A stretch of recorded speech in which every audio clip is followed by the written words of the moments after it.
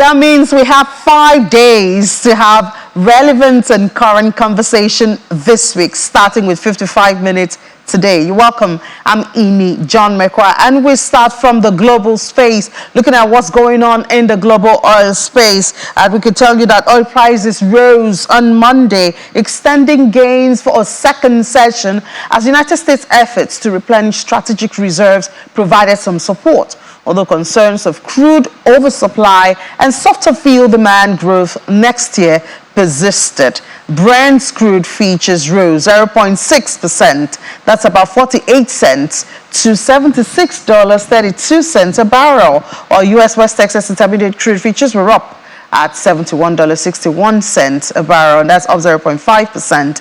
Both contracts jumped more than 2% on Friday, but fell for a 7th straight week. That's their longest streak of weekly decline since 2018 on lingering oversupply concerns.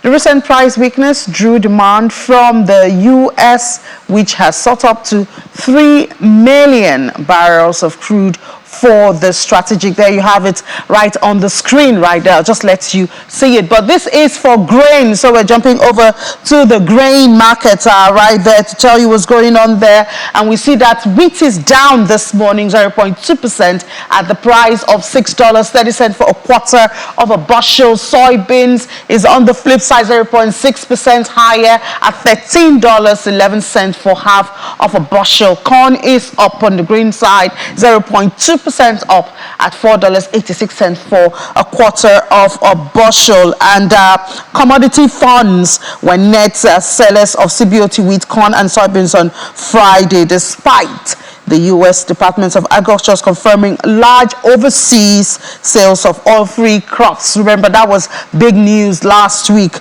that major sale there. U.S. producers sold a whopping 1.120 million tons of soft red wheat to China last week, and that affected the price of this major crops or commodities last week. Those purchases helped trigger a rush of short covering that lifted wheat prices 15% over 8 consecutive trading sessions. But even after that, speculators and funds hold a historic heavy net short. Now we'll come back to Nigeria with a little bit of good news for Nigerians. That's for those using the cooking gas, or will have to use it to do a lot of cooking this festive period. The federal government has removed VAT and customs duty payment from cooking gas imports, and this was shared in a circular signed by the special advisor to the president on energy, Mrs. Olu Virgin. Ms. Virgin notes that the federal government has decided to waive customs duty and value-added tax on the importation of liquefied petroleum gas, which we know as cooking gas, and its associated equipment. This action aims to bring down the cost of cooking gas across the country. Recall that 2 weeks ago, Mr. Ekpe, the Minister for Petroleum Resources, conveyed President Bola Tinubu's worries about how much more expensive cooking gas has become and how this is making life tough for most Nigerians. We also had this conversation on Business Morning, that morning. Well, he pointed that Nigeria has a lot of gas, but it doesn't have the right of some of those big companies that prefer to sell it overseas instead of making sure that there's enough supply for domestic markets. To fix things up, the minister put together a team. Their job is to figure out in just a week how to get more cooking gas to Nigerians and make it cheaper, and that's the result, or one result from that group. Now, the NMDPRA has said that in 2022, Nigeria consumed 1.4 million tons of gas. Out of that, 800,000 tons was imported, while 600,000 was produced locally. We'll see how much this trickles down, to the cooking gas as we head to the festive season and there's more cooking to be done in different homes.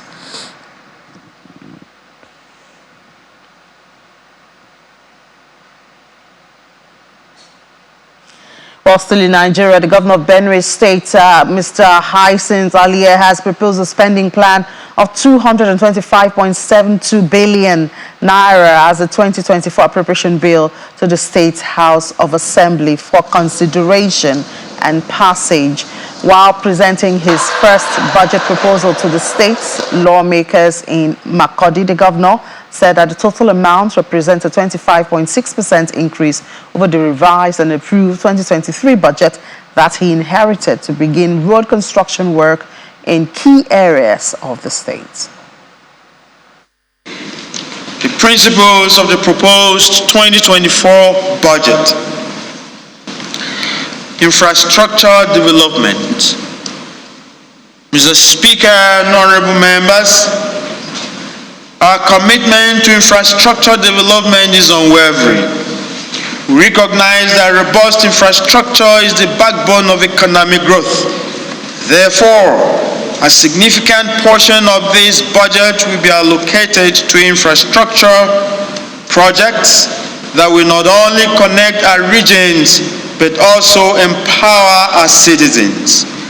We will invest in modernizing our transportation networks, including roads, bridges, and public transit systems. And this will not only enhance connectivity but also facilitate the movement of goods and people.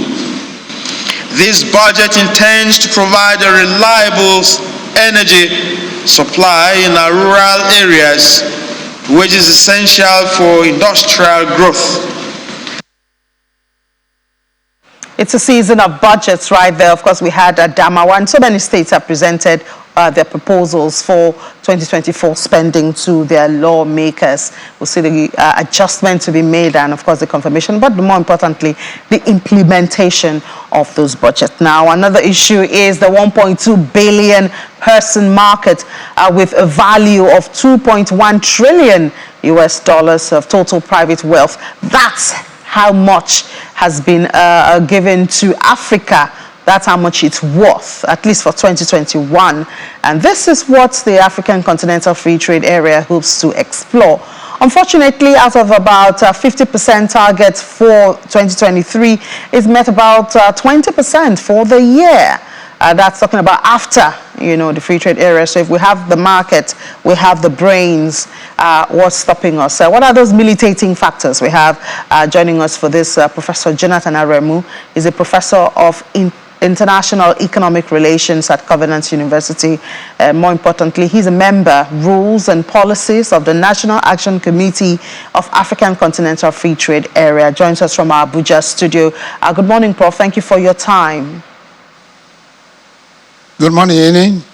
So we know that AfCFTA has always been in the news, but recently there's been an update on the checklist, especially point 4, which is the gazetting of STCS.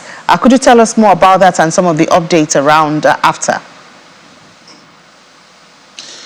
Thank you very much, Thompson. And I have to congratulate Nigeria because initially we were being scared of going to African Continental Free Trade Area. But Nigeria has gone ahead to fulfill the condition to join the other countries in the continent on African Continental Free Trade Area under the Guided Trade Initiative, which is to test run the project. You recall that last year, by October, 7 countries were actually involved, in which Ghana was there, and Cameroon was there, Egypt was there, Kenya was there, Mauritius was there, Rwanda was there, Nigeria was not there. There are 8 countries involved. But there is another 29 countries that have signaled their intention to go into the Guided Trade Initiative. And Nigeria is one of those countries. So I congratulate the country, at least, for coming up to this stage. But there are conditions, just as you display it on or people to see. There are about 8 conditions over there. And the condition number 1 means that a country going to this thing must actually be a state party. State party means that you don't only sign the African Continental Free Trade Area Agreement, you ratified it. And then we ratified on the 5th of December 2020. And apart from ratification, you have to have the schedule of your tariff concession, which we have done also. Then moving forward, submission of authorized signatories. We have done that one also. Number 4 is the issue of those classification with respect to what we committed ourselves, particularly making sure that we gazetted all those things. Yes, that was the one that was left behind. under the other remaining conditions and establishment of ad hoc committee, yes, just about a few days ago, the National Action Committee set up 3 committees, and I'm a member of the rules, and regulation, and then nomination of the security authority, which have been customs, then willingness to mobilize business in Africa, particularly in Nigeria. Yes, we have done that because there have been a lot of sensitization, there's been a lot of initiative, there's a national strategy put in place, and then finally, be able to notify other African countries about our non-tariff measure initiative, which we have equally done. But what was left behind, which was done last week, was the issue of gazetting of every aspect, the status of our tariff classification. So I congratulate Nigeria for actually ensuring that the gazetting will be done. And with the gazetting, that means that we have been able to fulfill every of the conditionality which African Continental Free Trade Area Secretariat in Accra actually said we should do. 2 weeks ago, I was in that secretariat in Accra, and I was asking them what is next for Nigeria, and they said there's nothing. We are already inside the program. So there's going to be some sensitization to be able to allow those companies that are able to meet some of the other requirements to be able to start to be able to trade with other African countries. So we have started to engage in trading in goods. So I congratulate the country for actually being a member of the country that is going to this second initiative of the GTI, which is going to commence very soon. All right, Prof. So when we look at the commodities, that is open for transaction on the platform, on the AfCFTA platform, which of them would you say, now that we have met all the checklist, we have checked all of the list, so we're supposed to make the most of it, which of them do you see Nigeria jumping on to maximize at the short term?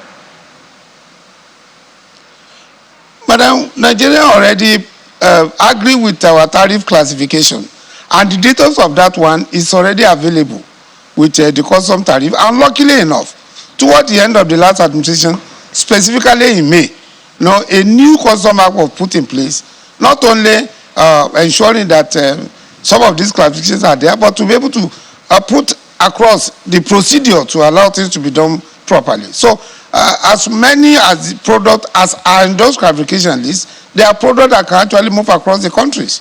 So it now is left to Nigerians that wanted to trade to go and look at the condition that we allow their product to be able to move across to other countries, but more importantly, look for the importers of those particular products. It's not that the National Action Committee will say these are the products. No, you have to look for the partners. Just as I was telling some institutions that wanted to trade in services, you are the one to look for the services, and you are the one to look for the countries. But we can make use of our embassies, foreign embassies, because most of the time when our ambassadors are choosing the country, some of us are privileged to be able to explain to them the Nigerian economic diplomacy. And therefore, all these ambassadors are aware of what to be done to be able to make sure that they market Nigeria in terms of import and export. That is, import they can get from Nigeria, and export which they can send to Nigeria. So it's now the decision of the private sector, and then to be able to go into what they are capable of supplying the continental market under this current economic integration initiative. So with this, Prof, briefly now, you see us hitting that 50% target by next year, since we're not able to hit it in 2023? 50% of what, my sister? 50% of the trade. 50% of which trade? Within Africa, or 50% on the of what? I want to hear that clearly. Okay, so what do you see us achieving now that as Nigeria, as a country, even though it's not just about Nigeria, what do you see us achieving, in 2024, seeing that this year is almost over? Oh, thank you very much for that question. Madam, let me say this. Even before African Continental Free Trade Area, we are already trading with African countries. African Continental Free Trade Area will create for greater opportunity to do that. not only in trading in goods, but trading in services. Look, under trading in services, you can trade under mode 1. Mode 1 means that you can sit in Nigeria and export your service to any African countries and collect money. I mean, as a professor in my university, right, I can export my education to any countries in African country, and I'll be paid without me traveling, without those who come in here. Secondly, people can come to my university to come and actually take some lecture, to come and take training, and then I'll be paid, which is mode 2. Mode 3, my university have opportunity to even set up campus outside the country. That's mode 3. That's a commercial establishment, right? Then mode 4, temporary staff of my university can go and supply services. So apart from the goods which everybody is familiar with under ECOWAS trade liberalization scheme, services is now also be open for us. So it's a great opportunity. And let me say this, and I'm quoting the President Tinubu, when he was talking to us at Nigeria Economic Summit Group Annual Summit, that trading services account for over 53% of our GDP. We have a very serious comparative advantage. So also, our products, in terms of manufacturing, we have been doing well. Our products are found in quite a lot of African countries. So the opportunity is now very big for Nigeria. All right. And that is why for those of us that have been marketing this program since Nigeria decided not to actually be involved, we say, no, this is actually meant to enhance Nigerian economic development and growth. All right, Professor. All right. Beyond the percentage you are putting, we have great opportunities. All right, Prof. Professor Jonathan Aremu is a member of Rules and Policies of the National Action Committee of the Africa Free Trade Area. Thank you so much for your views with us. We'll certainly stay on after and hope that 2024 we would have more implementation in Nigeria. Yes. Well, looking about trade now, thank you, sir. So one of the deterring factors we've seen over time has been payment system across different countries on the continent. Well, to tell us more about contactless payments system in Nigeria, outside Nigeria, we have joining us from Lagos virtually also is Mrs. Carrie Tukor. She's the Vice President and Head Customer Solutions East and West Africa with Mastercard. Thank you so much for joining us this morning, Carrie. Thank you. Good morning. Yeah, so I mean, I don't know if you had a bit of the conversation with Prof that we just ended, the issue of trade within African countries, and we know that payment system has been a challenge even before now. Would you say we're doing better as a continent, as a country, when it comes to, you know, interchange of payments for goods and services on the continent? Thanks for having me on this morning. I would say that the current state of the financial ecosystem in Nigeria is one that is of contrasts and opportunities. On one hand, Nigeria is a young, diverse, and dynamic country that has a vibrant entrepreneurial culture and a large population for financial services. It's Africa's largest economy.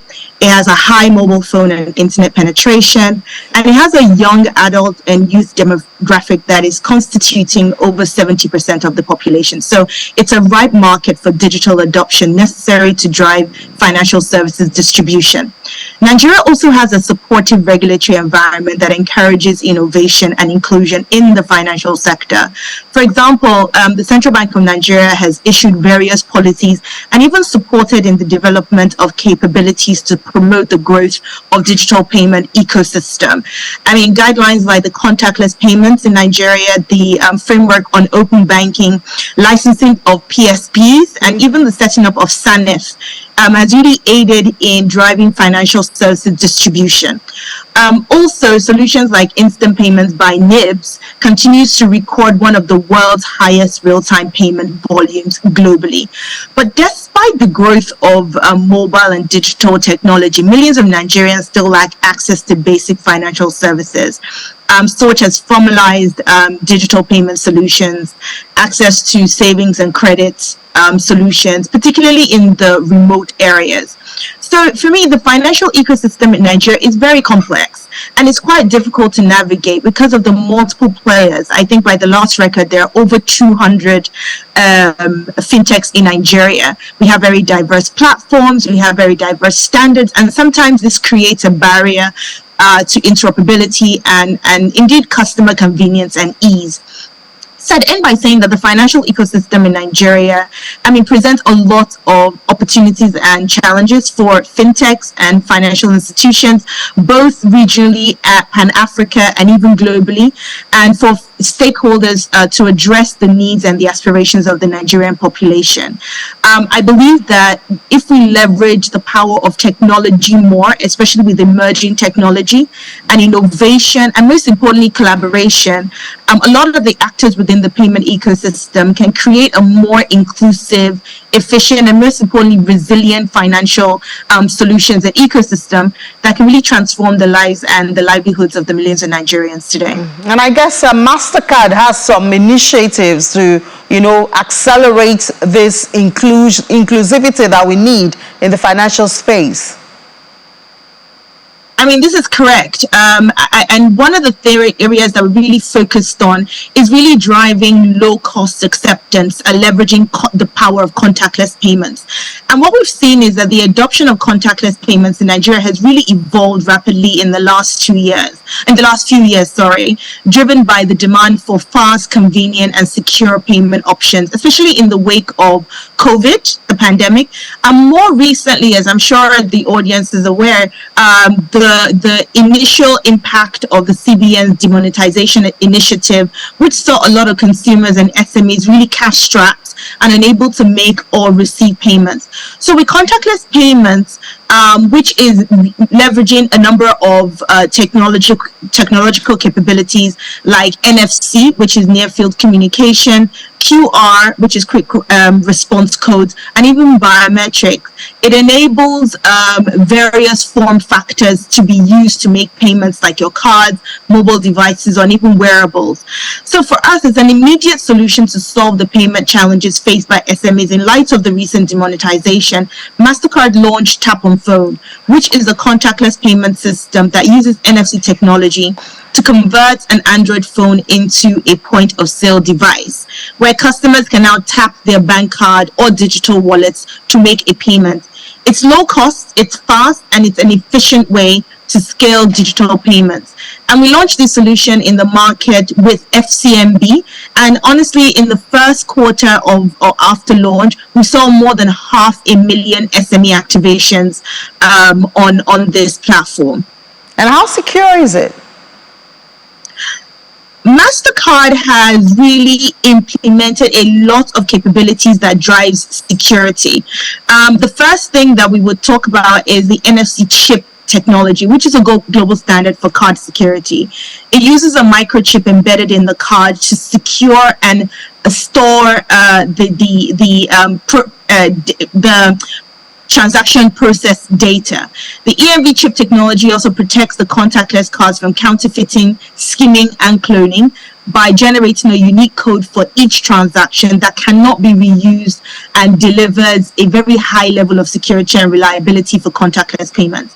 The second thing is tokenization, which is a process that replaces sensitive payment data such as your card numbers, the expiry date, with a unique identifier called a token, which transmits during the payment process.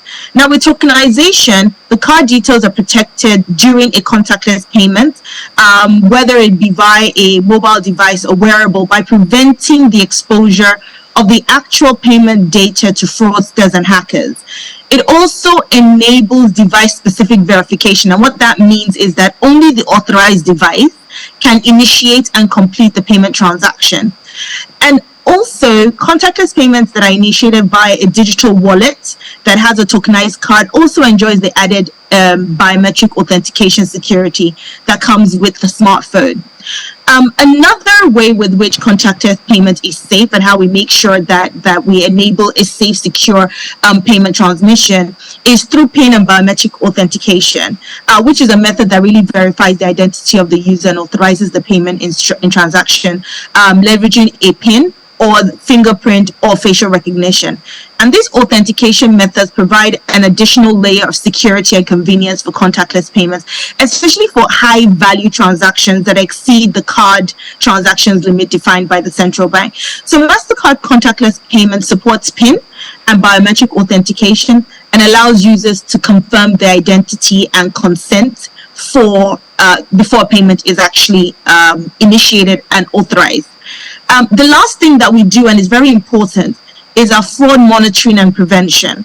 And Mastercard has a robust fraud monitoring and prevention system that uses advanced data analytics and AI to protect and prevent fraudulent and suspicious transactions. And these fraud monitoring and prevention systems analyzes various factors, like the location where the transaction is happening, the device type, the behavior and the pattern of the user and the merchants, to identify and block any kind of anomaly or deviation from the normal transaction patterns of the consumer.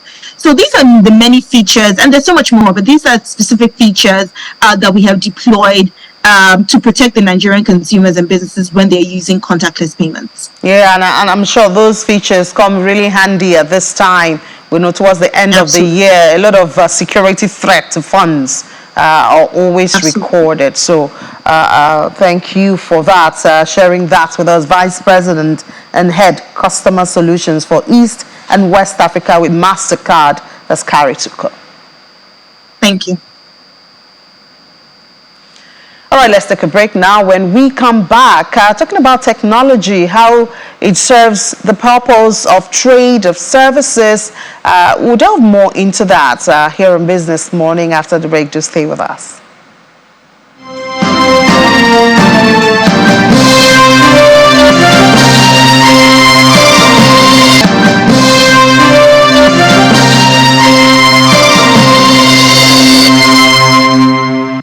Back to watching Business Morning right here in Channels Television. In 2022, the technology startup ecosystem is set to have attracted about $1 billion to Nigeria and can further increase that amount in the coming years. According to Dr. Bosun Tijani, well, we know him as a founder of CC Hub, is now the minister in charge of making policies, of communications, innovation, and digital economy. Dr. Tijani believes that the industry can attract over $10 billion in funding. Sounds attractive. Is it possible? Are we ready for it? Well, let's delve into this with joining us from London, virtually from London, is Sherry Pepper, the founder and president of Niger Tech Brain. She has first-hand information and interaction with a lot of the brains that deal with this $1 billion or $10 billion that we're hoping to get. Thank you so much for joining us, Ms. Pepper. And we attracted $1 billion. Have we done enough with it? Is it maximally utilized?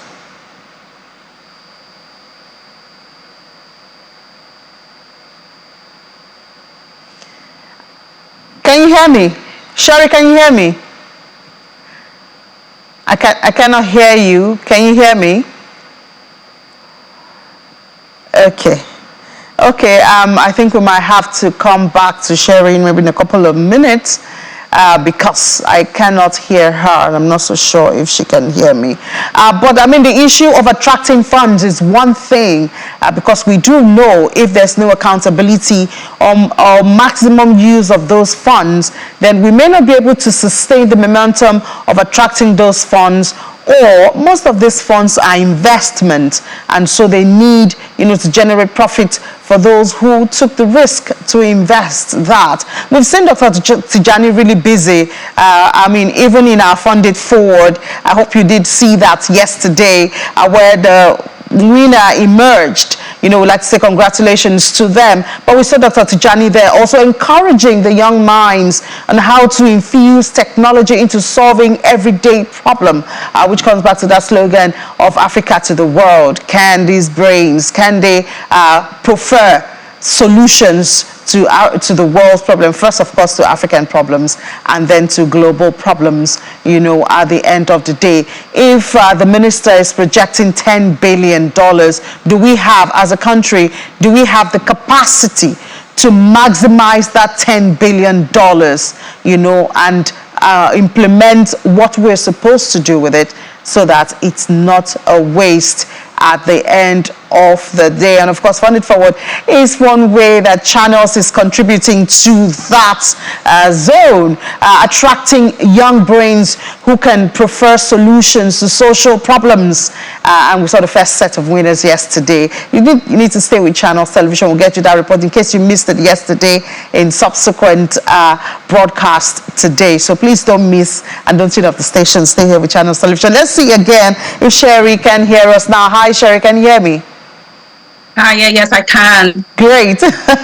Great. So we saw that Nigeria attracted $1 billion, and the minister is saying we can attract more than that. We can do $10 billion. But starting with what we've already attracted, would you say that those funds and investments are maximally utilized? I think it's quite an ambitious projection to say we can attract about 10 billion, but I would say let's follow a baby step there. Having attracted 1 billion, I think, yeah, we have the capacity to attract much more. But the key thing there is we have to also look inward, as in look inside, and make sure that we have the right measures, we have the right models and the right strategies, to actually give the confidence level that investors would require for them to take the risk of investing even much more. But also, it's also key to understand where we are with the investments that we have received so far. For example, what we have with Flutterwave, what we can see with Baystack, and a lot more. I think it's so. With that, I can say we are optimistic that if those organizations and those companies are doing what they are, expanding outside the scope of Nigeria, reaching out to other countries in Africa, and we can see getting more traction from the international world, then yeah, we are headed somewhere. Yes, we can get to 10 billion, but I think it has to be projected across a number of years and not 1 year per se. Okay, so we had that slogan of Africa Solutions to the World and all of that. And I mean, it's wonderful, even though someone, I think as you started, said, let's look inwards. Can we deal with our problems first? Have we sorted out ourselves with our solutions before selling them to the world? Aren't we getting ahead of ourselves? I think, to be honest, African solutions to the world. I'll tell you what, Africa is an untapped terrain at the moment. So we have the capacity to build on more. However, what is key is no one, and I repeat this, no one knows more than we do. So what we need to do is to look inward, back again in terms of looking inward, understanding what works well for us, fix our problem first, and then we'll take it out to the world. It's because I have over 13 years experience in the finance sector here in the UK. And I know that the thing that makes for us to go out and increase confidence, level with our stakeholders, with investors, we would have to do some inward work with regards to mitigating any issues or any risks that we have. So within Africa, for us to say to the world we have solutions, we can prefer solutions to stand the global market. They would always want to look back to what do we currently have? How have we been able to fix our problem, our internal problem, with those solutions? And so we have to test run the solutions at home first before we think about, taking them outside. But in terms of saying, can we do that? Yes, we can. Then let's start from somewhere. Yeah, but so you are an African, you're a Nigerian, but I mean, you're abroad. What are you guys doing? Are you contributing from there, or your branding? What exactly are you guys doing and contributing to all of this move? That's a very interesting question, and I'll tell you there are different bits and bobs that are happening, but I think what we need to do, and this question, I think thinking about this, it got me thinking that we have to do more to consolidate the individual efforts that have been put by different from those in diaspora. And I'll tell you what we are doing as Niger Tech Brain. So we launched our maiden edition this year, where we're taking knowledge, our academy, into Nigeria. So we went out in May to look out for, prominent or promising Nigerians, underrepresented Nigerians that has something. And as we went through that process, we were able to identify 10 of our finalists. And just in a few weeks ago, we had a median. And tell me you're not doing this for profit, Sherry. Tell me you're doing this as a CSR. To be honest, we are, you can check it out. We haven't asked anyone for money yet. So we're not doing it for profit. But at the same time, it has to be sustained. So we have that in our prospects. So it's not for the money. It's about the value that we bring back. Let me say this to you. There are a lot of Nigerians that are doing great things outside the shores of Nigeria. And until we begin to build an environment, an ecosystem that would attract them, then we will not. If truth be said, if you look at the current terrain in Nigeria, nobody wants to invest. Nobody will want to invest because of the uncertainties. Is it the forex exchange, etc.? However, but we have to look beyond that. We have to see into the future. We have to see that there's an untapped resources in Nigeria that we can harness on, that we can actually build and make our nation proud. Not just Nigeria proud, but across Africa. And as many organizations that are looking out to tap the African terrain, the resources there, why can we not take advantage of that? Yeah, why so can we not maybe Sherry, you should do, maybe since people like Sherry are afraid of coming into Nigeria, you should do more collaboration with those who are operating in Nigeria. They could be your eyes and legs and ears back home.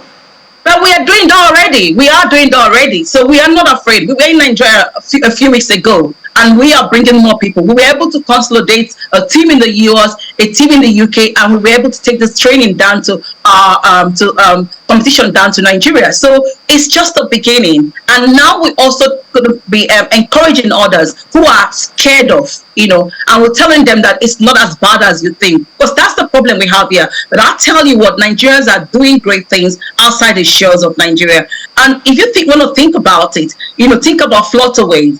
Think about the guys doing the place. Like, if I say flutterwave, from what I read about them, they were in diaspora before, but they decided to come back home. And so there are many of us who want to come back home and do great things. So it's just that we have to believe that we can and that we will. So all right, Sherry. All right, Sherry, we're waiting for you. Trust us. We're working on that, on those fears of yours, and we'll make the environment better for you to come back home and stay. Thank you so much. Founder and president of Niger Tech Brain, Sherry Pepple. Thank you. All right, now let's move to the markets with Nete Ede to give us a summary of trading from last week. Nete, good morning. Good to have you back on the morning shifts. Yeah, glad to be back. Yes, you might call it kind of a long hiatus, but I'm back to do what I love to do. Welcome back. Yes, and exactly. I think looking at the stock market, which is the market I love, I left it at about 66,000, but now I'm seeing it in the 70s. Quite an impressive move. Yeah, I was also welcomed with that pleasant news when I resumed from the vacation. Yeah, we were both there. Very progressive movement we see there, and we do hope it continues and that's sustained even to the end of the year. Exactly. I think the trajectory is going to be maintained upwards, but this week we're going to see a mixture of both profit taking. It was last week also, because I mean, when stocks gain, then investors would obviously want to take some profit, maybe leave some for the future. But I mean, not everybody wants to make money. Yep. Put your money where your mouth is. That's the slogan. Yeah. All right. But let's talk about the FX side of money. And when you take a look at your screen, this is how it painted as at December the 8th, 6.63%. That's the market. The FX turnover, the transactions, total number of transactions carried out there. At that loss was mostly tied to the 4.63% decline on the FX spot market as well as the forwards market, which was down by 66.67%, which we see there in contrast to what you had as at last the upper week, December the 1st. We had the dollar at about the total transactions there at about $597.45 million, but what you see here is just $557.85 million traded for last week, so there was a decline there. Now moving over to the other side of that market, where we see the naira against the dollar taking a bashing, a very big bashing there, 2.19% drop in contrast to what you had at currently as at December the 8th. It was 848 naira 72 kobo. Now, in contrast to 867 naira 76 kobo, and this is coming as the central bank has been intervening in the FX market. Of course, we see that Nigeria's forex reserve has also been on a decline. About $32.88 billion is what it stands at. It opened the year at about 37.06 billion naira, so it has been declining. And of course, when you take a look at the exchange rate for the NAFEM, that's the Nigeria foreign exchange market, we had the dollar at about 1,099 against the naira at 1,099 against the dollar, and then for the black market we had it at about 1,185 this morning for the market. But to give us more insight into this forex market, let's talk to Senator Audu, fixed income dealer at Access Bank, to give us more details on that. Thank you for joining us, Senator. Thanks for having me on YouTube. Yeah, Nigeria's, it's all in the headlines. This is what we've been facing, the dollar crisis, the exchange rate crisis. So what can you attribute to this, and what's the way out? Okay, so as Riley mentioned, we saw on Friday that the NFX rate depreciated to 867 naira 49 kobo, and the reason we've seen rates at these levels is as a result of the fact that the demand has continued to outweigh supply. For now, the markets are largely, many market players are waiting on the sidelines to get a bit more clarity on the CBN policy directive. So there are a lot of players who are exercising some caution. With regards to our expectations, we expect that market activity should pick up as we continue to hear more from the CBN and gain a bit more clarity into the thinking and mindset of our regulators. So for now, we expect rates to remain around these levels, and as I said, many market players are adopting a wait-and-see approach. Okay, so now let's move our attention a little bit from the forex market, but to the fixed income market, and to be precise, the bonds market. There will be a bond auction today. So what are your expectations for this bond market? We know that the DMO is expected to carry out some just offer some instruments there. So can you give us more details about the instruments to be issued by the DMO? So the debt management office is offering the same four bonds, the four bonds being the 2029s, the 33s, the 38s, and the 53s. Those four bonds are at 11%, 17%, 17.5%, and 18% respectively. Post-auction,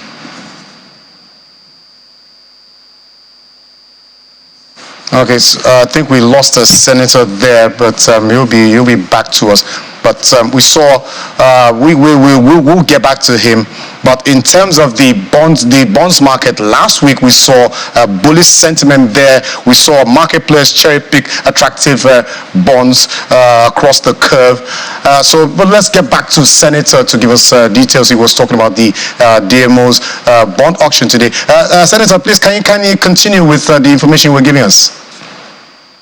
Okay, yes, so the four bonds on offer, the 2029s, the 33s, the 38s, and the 53s. Those bonds at the last auction closed at 16%, 17%, 17.5%, and 18%. Immediately following that auction, we have seen over the past month those bonds trade at lower levels than they closed at the auction. To give you some color, the 2053s are trading currently at about 17.6% compared to 18% that they closed at the auction. The shortest bond, which closed at 16%, is trading at about 15.75%.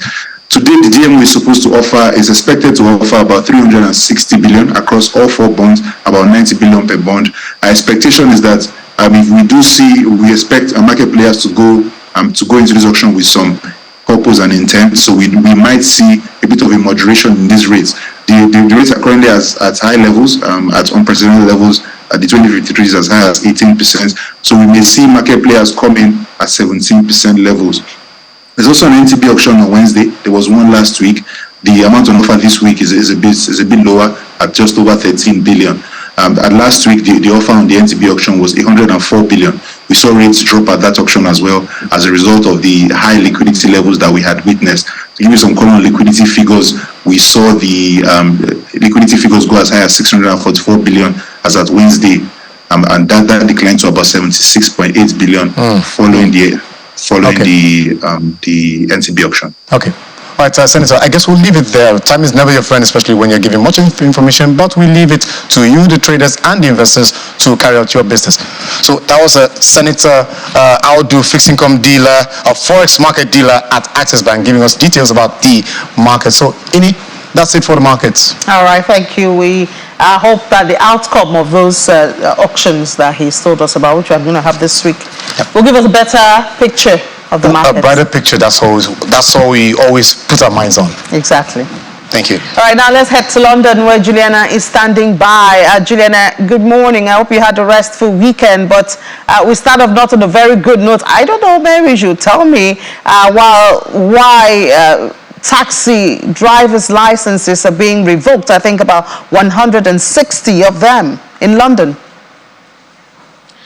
Yeah, good morning, Inni. Happy New Week. TfL, Transport for London, is the body that regulates licences for taxi drivers in the UK, not just black taxi drivers, but also Uber drivers too. And they have released some data this morning showing that as of today, I think 160 odd licenses have been revoked. We don't know why. I'm presuming that, of course, these taxi drivers are being protected under UK laws. But if you compare this number to what we had this time last year, it was much higher at 237. I think most people living in the UK will be familiar with some of the issues that Uber, which is a ride-hailing app, there are several others that operate in this country, they have had some issues about regulation with TfL. In fact,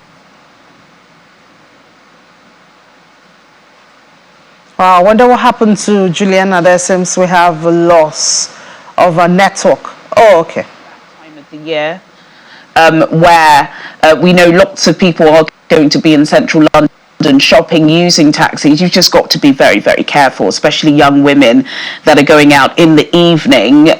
Even though you can be approached by a taxi and you think that they are fully licensed, just make sure you do your due diligence, because we know that not everybody masking as a legitimate taxi driver is one. Yeah, well, I guess protection of the citizens comes top in all of the policies and moves that government and parastatals do. But talking about, well, those who want to be citizens, boat arrivals, the issue of immigration is back in the news. We see a budget for them for, I think, 2024. Yeah, that's right. It's a big week this week for Rishi Sunak, the Prime Minister. In fact, this is probably going to be, the biggest test of his political career.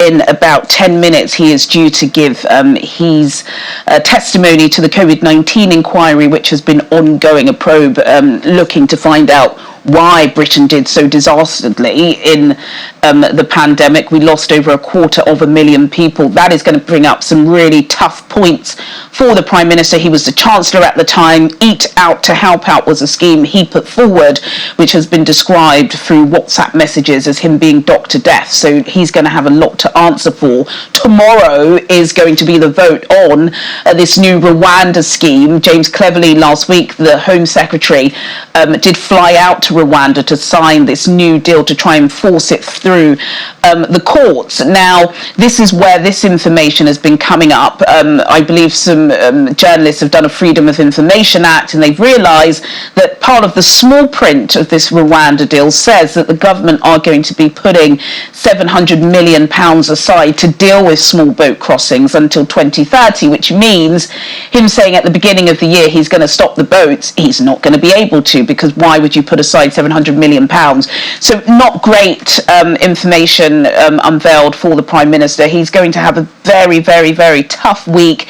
If he loses the Commons vote tomorrow night, some say that is basically a vote of confidence on his leadership. Could we see him out before the end of the week? You know, we've got history in this country, so it's possible. But of course, Innie will keep you updated on all the happenings in Westminster. Yeah, I trust you to do that for us. But it seems the Prime Minister is going to have a very busy week this week. But we'll get the details from you, Juliana. I think another one, by then he should have appeared, you know, for the COVID inquiry. At least we'll get updates from that at 1:30. Yeah, thanks, Innie. Thank you, Juliana. Let's head over to the crypto market now, where I think I saw some amount of red. Yeah, it's really red Monday, but definitely there you have it. Investors had a lot of fun over the weekend and last week. So I guess this is normal.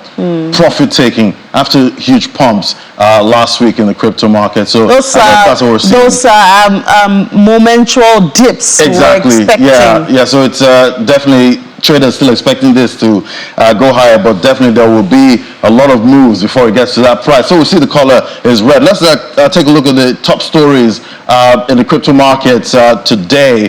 We see right there Solana flipping Ethereum on NFT sales. Yeah, remember NFTs were hot in the crypto market a while back, non-fungible tokens. We're seeing the Solana platform there flipping Ethereum, getting more sales of non-fungible tokens. And we see the US SEC saying that Binance's DOJ settlement strengthens their case against the exchange at this point. We know they have admitted to some wrongdoing, talking about Binance, but now we're seeing the SEC in the US saying that now they're going to spotlight more what the Binance platform is doing, you know, when it comes to transfer of monies and who they receive monies from. Then El Salvador, they're struggling with low Bitcoin adoption rates at this time, even though they made Bitcoin legal tender in the country. Let's bring in Rume Ofi now, financial market analyst. Good morning, Rume. Great to have you. Good morning, Ladi. Nice to see you today, Monday. Great to red Monday indeed. Yeah, red morning. Yeah, even though it was quite an incredible weekend and last week for the crypto market. So I guess profit taking is expected. But we're seeing Binance on the news today. DOJ, the DOJ settlement, talking about the U.S. Securities and Exchange Commission, talking about looking more into the affairs of Binance. Now we also see that Binance is permanently suspending ruble P2P platforms. Is this Binance trying to comply with the U.S. SEC with this move? Binance is already complying, not like trying to comply. Binance have seen a lot of heat in recent time. You know, when you are big, all eyes on you, and you can see that from what has gone on. One of the biggest fine from the DOJ of about $4.3 billion in fines to them. So leaving that part of the world or not supporting P2P transactions, because the technology in crypto is very massive in a way whereby you could always bypass regulation. But now the exchange platform has to really take some drastic step to make sure that they don't get any bad books of some of these three-letter agencies, most especially from the US, you know, and most likely Binance CEO Champagne Zhao is going to go to jail probably by 18 months or from next year thereabout, you know. So all of this is to make sure that Russia doesn't jump the gun with all of the sanctions that are going on with what they are doing in Ukraine, you know. So I think it's also a way to checkmate the space so that monies don't move or sanctions are not bypassed, even though the technology has a way to make some people see that they have upper hand. But going through an exchange platform, which is centralized exchange platforms, it only suggests one thing. There could be regulations, and those regulations you must follow, else you are out of doing business in that jurisdiction. I think that was going to happen. Is that withdrawals are going on now. So if you have money there in that part of the world using Binance, although some months ago realized that the company actually sold its arm there to a company called ComEx, I think around November or thereabout. But now this is going to happen, continue to January 31st, 2024. After that, there's not going to be a way where you could do P2P transactions in that part of the world. Right, we'll definitely keep tracking that. Thank you so much, Rume Ofi, financial market analyst. Thank you, Lavi. Always a pleasure. All right, so there you have it. It's seeming like 2024 for the crypto industry is still going to be about regulation. Regulation, a continuation of this, what happened this year. Well, we hope one day that the crypto market will mature, to a level, because I think all of this is a lack of confidence or clarity, in the status of cryptocurrency. But over time, if it makes it through, if it can survive all of this scaling regulation. Exactly, Ladi. Thank you so much. Thank you. See you at 1:30. So that's it. This very first episode of Business Morning for this week. Don't forget, we have 4 more, and you can expect to get information on any of the current economic issues in Nigeria, especially tomorrow and the next and the other day. I'm Ini John Mekwa. I'll see you tomorrow. God's grace. 1:30, Ladi will be back.